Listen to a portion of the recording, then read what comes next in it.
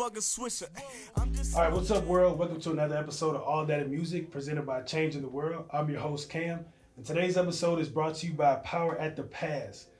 And our special musical guest is none other than Benny St. Clair. What's up, bro? How you doing? What's going on, man? Hey, thank you for thank you for coming by and, gracing us with your time. Oh, no, I appreciate you having me. Cool. All right, brother, so what's the story behind the name Benny St. Clair, and just how long have you been making music?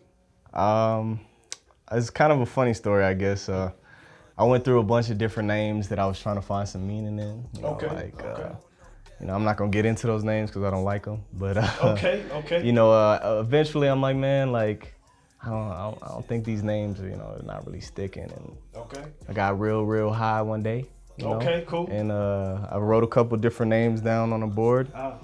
And I showed them to a couple people, my brother being one of them. Okay. You know what I'm saying? And everybody was just like, yo, like Benny St. Clair, that shit. It kind of rolled off the tongue. That's the go. Yeah, and then I went with it, you know what I'm saying? I switched the name up. I dropped the song, and as soon as I put the song out, it did numbers, like more than I was used to, getting. Got it. And at that point, I was like, maybe people are taking me a little more serious. But I don't think it was just the name. It could have been the music getting better too at the same time. Got it. Okay, cool. So I guess if you had to say how long ago that was, like how long have you been making music? Well, when I did that, I was like 19. Okay. Yeah. Okay, cool. So it's been like 8 years. 8 years? Mm-hmm. Okay, that's a good little time length in the music. Yeah. Okay, so who are some of your inspirations as far as with music, different artists that you like or grew up kind of listening to? I really grew up listening to Potbelly Chuck. Okay. He's right there in the background. Got it. Okay. Cool. You know what I'm saying? Cool. Yeah, he definitely was probably my biggest influence when it comes to the music. He's cool. the person who got me into it in the first place. Okay. I probably listened to a lot of 50 Cent when I was a kid. Cool. He infatuated with that one. And it Get was Rich like, Die you know what I'm saying? Okay. That's what really was like my introduction into like music, where I was like, damn, like I think I might want to rap. Okay, cool. But okay, so Fiji Water Volume 1 dropped August 19th of last year. yeah, Fiji Flows. Fiji Flows. Yes, sir. There we go. Yes, sir. Fiji Flows. Okay, so kind of walk me through that, the process of that album, kind of recording that, and it kind of being like your first, commercial debut. So kind of walk me through that. How long did it take you to record that album? Pretty quick. Okay. Like we recorded it pretty quickly. It's like when I make music, it kind of happens for me like in spurts. So like I might go like 2-3 months without writing like anything. Okay. And then I don't know, something to click, and then like I knock out like 10-12 songs in like a week or 2 weeks, and then from there it's like, me figuring out which ones I like the most. You know what I'm saying, type stuff. But cool. That's pretty much how that came to be. I had already had a song that I dropped prior to the making of the album, called Tsunami Johnny. Right. And that one was doing pretty well already on YouTube, so I was trying to like, keep the momentum alive, so keep going with it. So how did you come up with the album cover too? Because for me, it kind of reminds me of like when Cash Money's old. That's exactly what it was supposed to be. Okay, because that's what it reminded me of. Yeah. And it looks dope, man. Oh yeah, I appreciate it. I definitely saw one of their covers and I was like, yo, like it was the 400 Degrees one. Yep. Okay. And I was like, man, I want to do something like this, but like obviously because my theme was water, I wanted to be, what I'm saying, a little bit different, but still like the same concept. Okay, cool, man. I love it. Okay, so moving on to your music videos. I mean, like I said, man, they're super dope. All the fans out there, y'all should definitely go check out all his music videos. And they always have a lot going on. I know you collaborate with Sinisters and you collaborate with J Visuals. Yeah. Do you kind of come up with those concepts to the music videos, or is it more of like collaborative effort, or do you kind of go in and already say, you know what, this is what I want? Well, I'll give them like a little basis of like, a video concept that I want, and then like from there, we'll kind of like feed off each other's ideas, like, and we'll kind of go back and forth. So it's definitely, like 50-50, I would say, with those guys that I've worked with. Okay. And I mean, do you have a certain song that like how do you pick the song that you want to do music videos to? Or is it just pretty much by random too? No, that's usually just based off of like what I feel are the strongest songs from like the album. You know what I'm saying? So like Tsunami Johnny was like, that was the only song I had at the time. Like when I dropped that, like I didn't have like a album that was ready to go, but I knew that song particularly. I was like, yo, like I got to get this out. Okay, cool. And then when I started making Fiji Flows Volume 1, it like, for me, the standout track was already the Coulda Played for Houston. Right, yeah. Like, so like that was actually, I think, the first one I recorded. Okay. You know what I'm saying? Like, and you know, the second I recorded it, it was like, yo, like, all right, we got something with this one. Yeah. You know, so like, you know, we finished making the tape and stuff, and I was trying to top it. You know what I'm saying? I was trying to find something to top it, and I don't really think anything did. So when we, you know, put the whole thing together and it was time to start making videos, it was like, obviously we got to go with that first. Okay. Okay, so speaking of, you know, Coulda Played for Houston, you know, Houston Rockets are actually playing right now. Yeah. You know, time now in the playoffs. And if they win today, they'll go up 3-0 to OKC. So allegedly, if you wasn't in the drug dealing, you know, you would be playing for Houston. So, you know what I'm saying?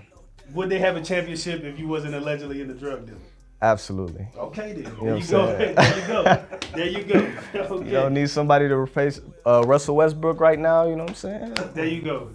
I know he's out. There you go.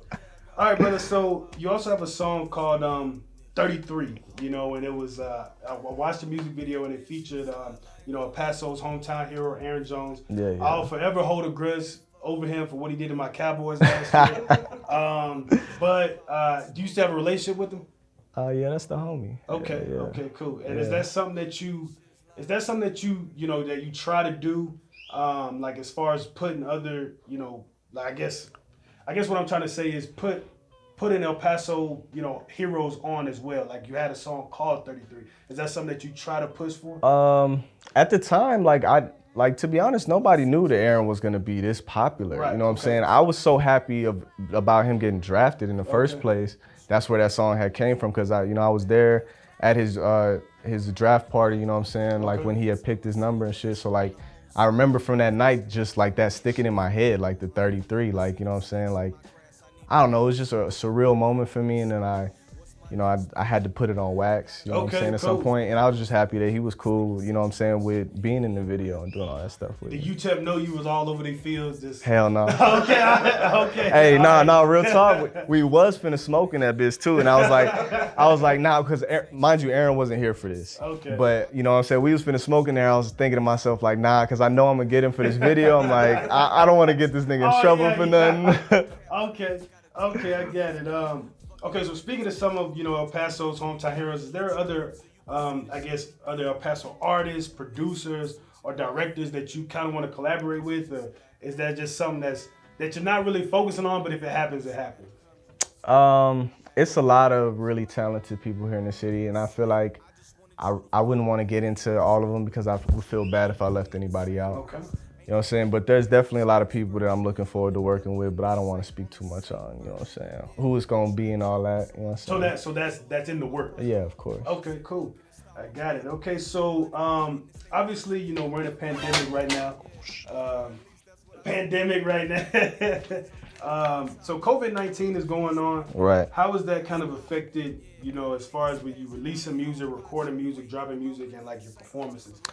It's really, I guess, just messing with the performance side of things, because obviously, you know, you're losing money on that aspect because you can't perform nowhere and stuff. But I don't think it really hurts anything else. I mean, it did for a minute because it was difficult for people to even like get them together to work on music or like to get them to do videos and stuff, because everybody was so concerned, like, oh, like I'm not doing this right now for a little bit. Okay. And I guess, you know, as time progressed, people kind of got a little bit more lax with that stuff. So now it's like, right now, it's relatively easy still to get the music out and get all that type of stuff done. And just, there was a little moment in time where that shit was fucked up. But I mean, the only thing that's still fucked up is, you know, doing shows. Okay. So as far as fan engagement, because I know, like I said, you just did a performance. I don't know what the company or brand was called, but you did it. It was more of like a home type studio performance, which was real cool. Yeah. So as far as fan engagement, hasn't really messed with that at all. Fans still staying involved. Yeah. No, I think Probably a little bit more so, just Okay. because, you know, most people are inside Right. a little bit more often, Right. so they probably got more time to be on their phone, Okay. checking different stuff out. So Okay. I don't think it's hurt that. Okay, so brother, you know this is a part of a segment where we're gonna play a game. It's called like this or that. It's Okay. real quick. It's All right. pretty much like this or that. All right. So grape Kool-Aid or pink lemonade Kool-Aid? Great. Grape. Okay. Meg the Stallion or Kalani?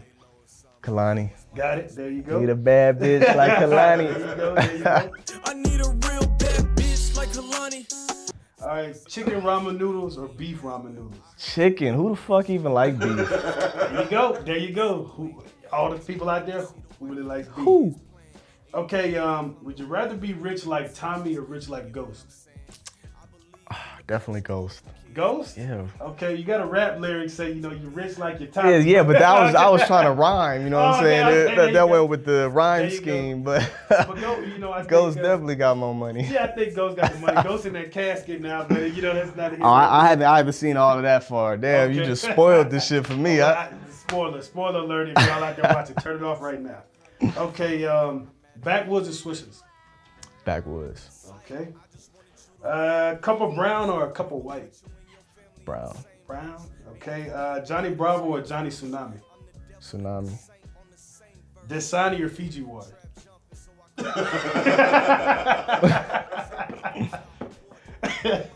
Well, there you have it, guys. The Fiji water. All right, brother. So that's all with this and that. So what can the fans expect moving for the rest of 2020? I got Volume 2 dropping.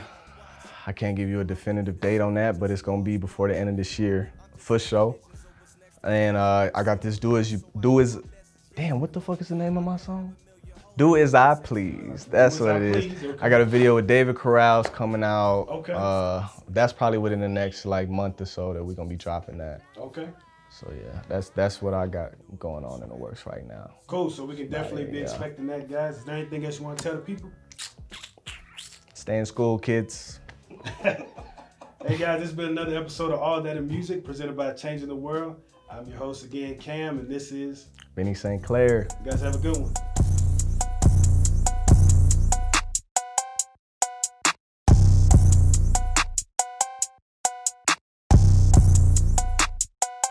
Ooh, yeah, hey.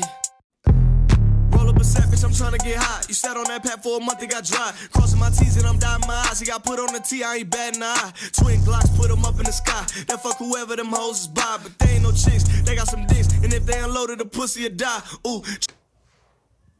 There we go. Hot as fuck.